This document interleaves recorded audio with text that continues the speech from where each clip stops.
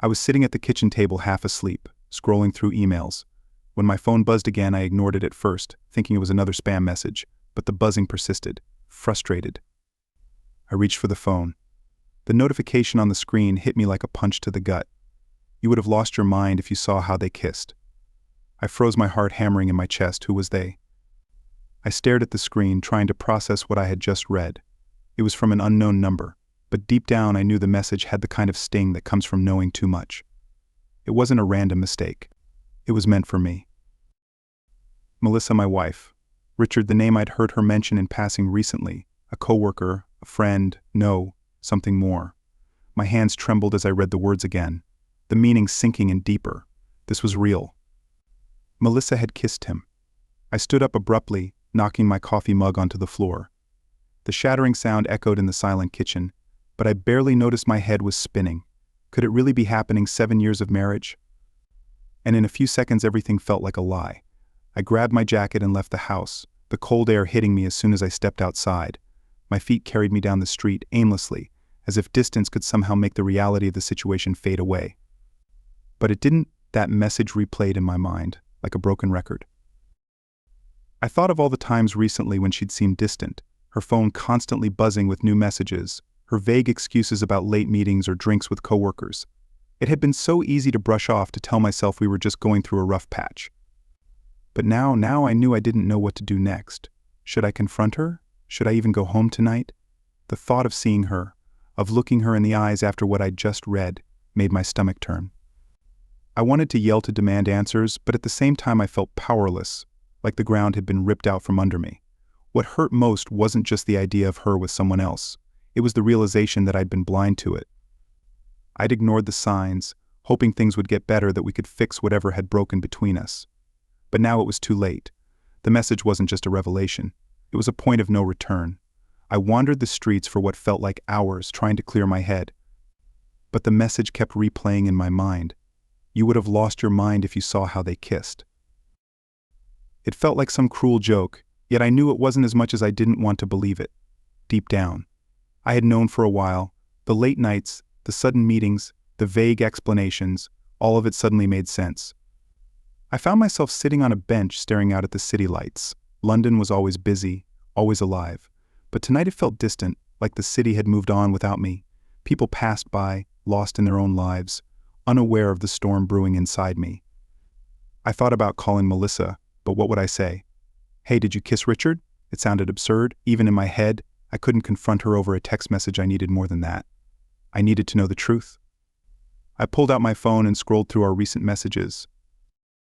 Nothing unusual, just the typical "see you later" or "don't wait up."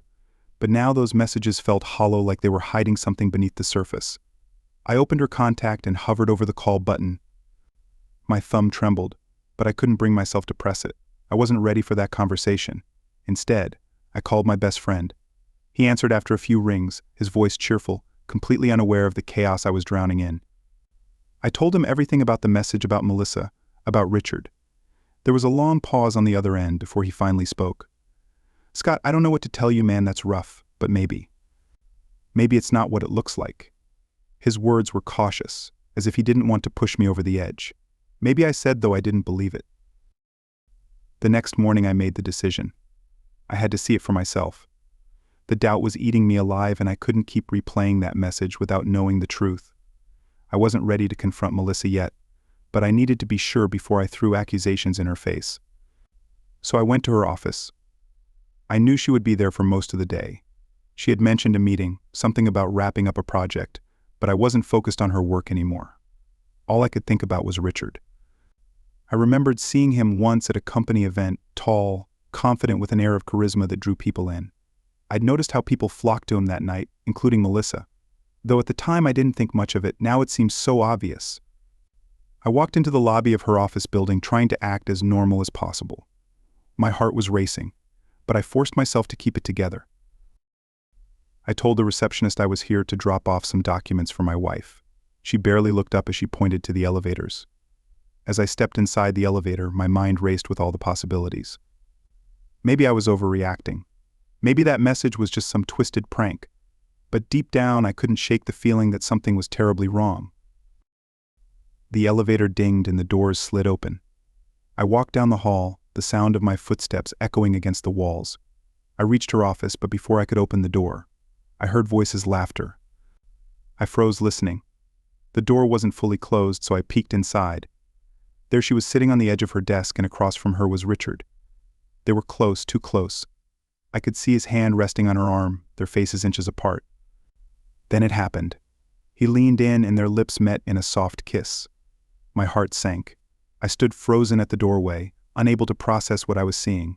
My mind tried to make sense of it to convince myself that it wasn't real, but there was no mistaking what I'd just witnessed. The kiss between Melissa and Richard wasn't some casual gesture. It was filled with a familiarity that cut me deeper than any words could.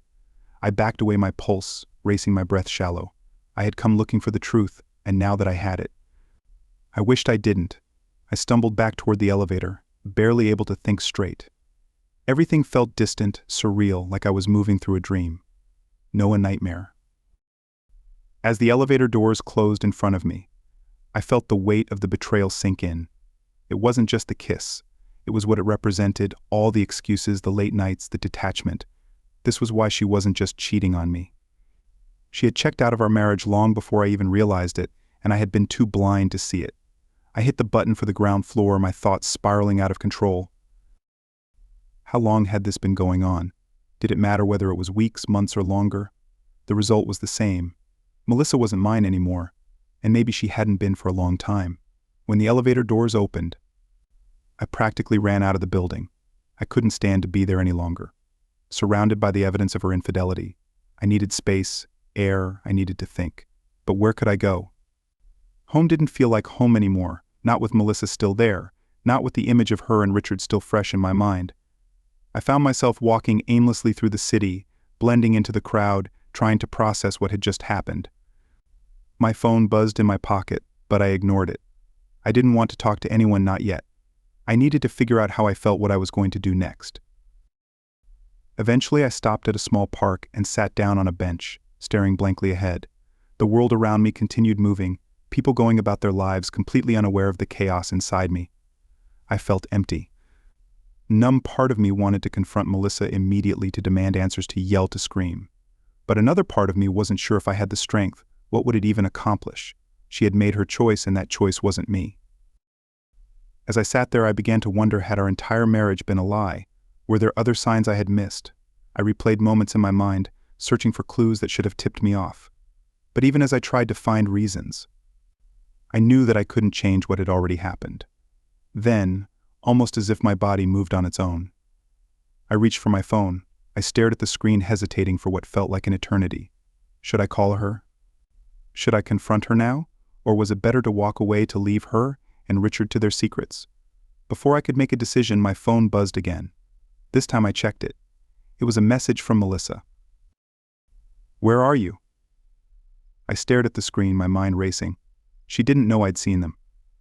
She didn't know that her carefully built web of lies had just crumbled. The question hung in the air like a challenge. Where was I? Where was I in our marriage, in our life together, in this mess she'd created? I didn't reply. Instead, I shoved my phone back into my pocket and stood up from the bench. I wasn't sure where I was headed, but one thing was certain. I wasn't going back to the life I had known before, not after this. I didn't go home that night. Instead, I wandered the streets, replaying the image of Melissa and Richard over and over.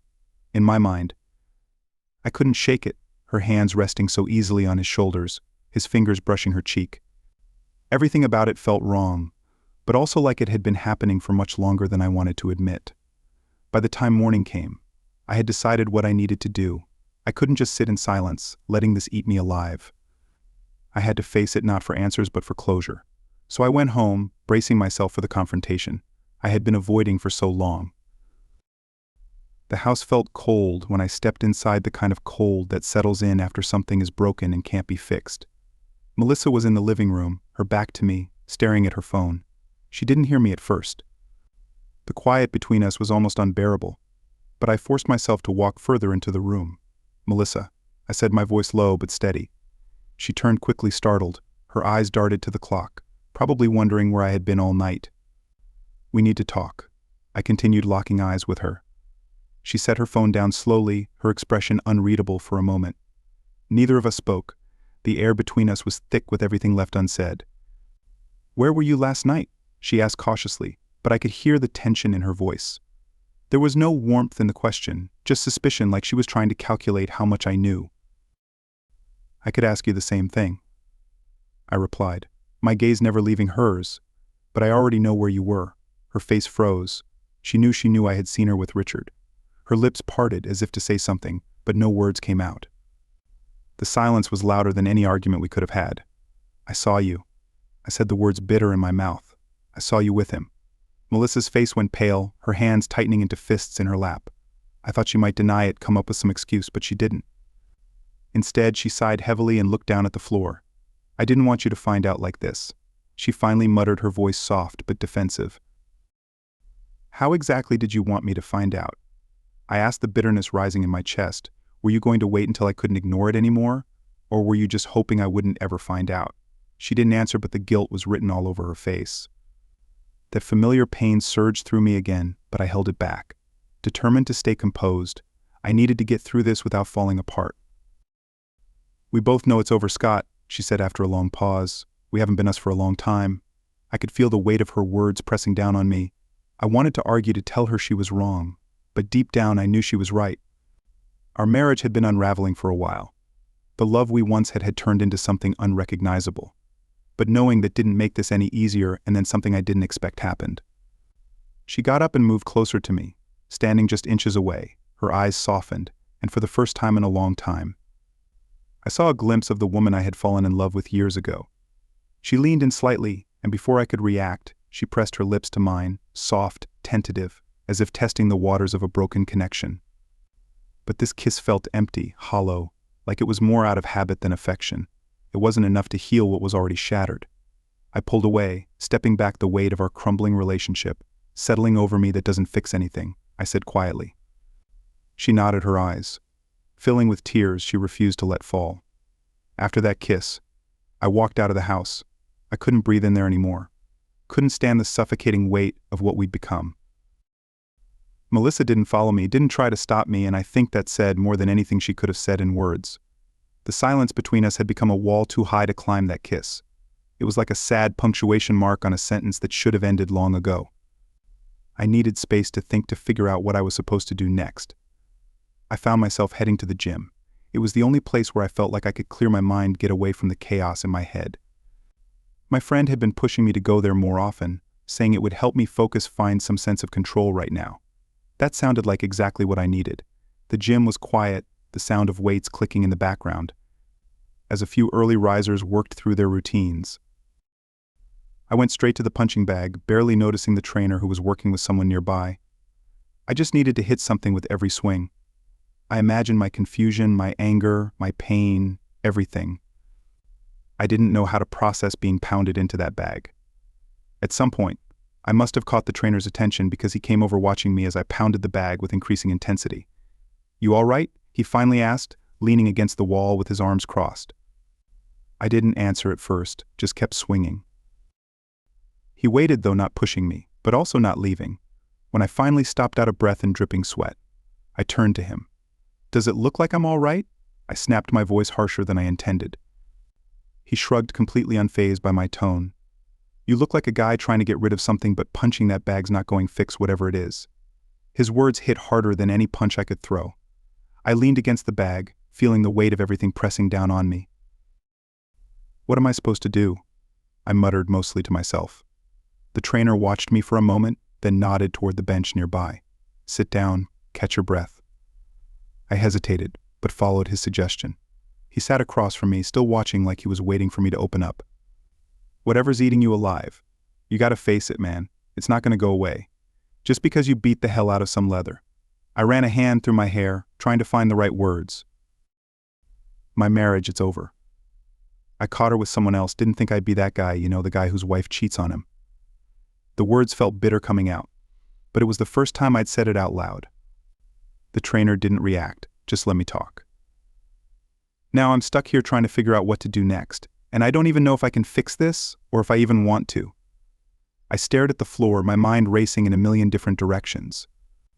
You don't have to have all the answers right now. He finally said, sometimes the only thing you can do is take care of yourself first, get your head straight, get your body straight. Then maybe the answers come after. I looked up at him, not sure if I believed that. But the more I thought about it, the more it made sense. I had spent so much time trying to fix my marriage, trying to fix everything around me, that I'd forgotten to take care of myself. Maybe that's why everything had fallen apart. Maybe it was time to focus on me for a change. All right, I said quietly, more to myself than to him. I'll give it a shot. He nodded, standing up and offering me his hand. Good, come back tomorrow, we'll keep at it. I took his hand, shaking it firmly. As I left the gym, I realized something had shifted inside me. It wasn't a solution, but it was a start, a way forward. Even if I didn't know where, that path would lead for the first time, in what felt like forever. I wasn't thinking about Melissa or Richard or what my life had become. I was thinking about myself. The next few weeks were a blur of routine. Every morning I found myself at the gym working harder than I ever had. It was like I had all this pent-up energy, all this frustration that needed an outlet, and the weights, the bag, the treadmill. They became my way of dealing with it. I stopped thinking so much about what had happened with Melissa. Not that I had forgotten, but it wasn't at the forefront of my mind. Every second the pain was still there, just buried beneath layers of exhaustion from pushing my body to its limits. I'd see the trainer almost every day. We didn't talk much, just enough for him to check in and make sure I was keeping up with the routine. Sometimes he'd throw in a word or two of advice, but mostly he let me work in silence. That was exactly what I needed. I wasn't ready to talk about it any more than I already had. Then one day as I was leaving the gym, I ran into Rebecca. She was sitting at a small cafe across the street, sipping coffee, scrolling through her phone. We had met briefly a couple of times at the gym, nothing more than a quick hello, but she always had this warmth about her, like she was genuinely interested in the people around her. I wasn't sure why, but I walked over. "Hey," I said, my voice a little uncertain. She looked up, surprised but smiling. "Scott, right," she replied, setting her phone down. "I've seen you around here a lot lately." I nodded. "Yep, been trying to keep busy. Busy's good," she said, gesturing to the chair across from her way to join me. I hesitated for a second, then took the seat. I wasn't sure why, but sitting there with her felt easy. No pressure, no expectations, just two people sharing a coffee after a workout. We talked for what felt like hours. She asked about my life, my work, but didn't pry when it came to personal stuff. I appreciated that I wasn't ready to spill everything just yet, but as the conversation flowed, I found myself relaxing more than I had in weeks. Rebecca was different from anyone I'd met in a long time. She wasn't trying to be something she wasn't. There was no pretense, no need to impress, and that simplicity, that realness was refreshing. We talked about everything from music to the best places to eat around town, laughing over shared stories. When the time came to leave, we exchanged numbers, not in the awkward, forced way that happens sometimes. But naturally, she wasn't someone I was chasing. But she also wasn't someone I wanted to lose track of.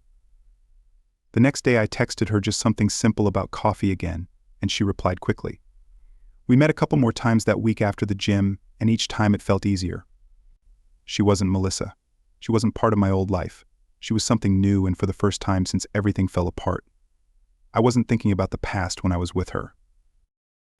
Then one evening as we were walking back to our cars, she stopped suddenly. "Scott," she said, turning to face me, "I've been meaning to ask, how are you really? I mean, you seem like you're doing better, but I can tell something's still weighing on you." I hesitated, not sure if I was ready to go there, but something about her made me feel like I could be honest. "I'm getting there," I said, my voice quiet. "It's been a rough few months, my marriage. It ended badly. I'm still figuring it all out." She nodded, not prying for more details, but just standing there, giving me the space to say what I needed to say. "You don't have to talk about it if you're not ready," she said softly. "I'm not sure I ever will be," I admitted, half smiling. "But being around you, it's been good. It's helped."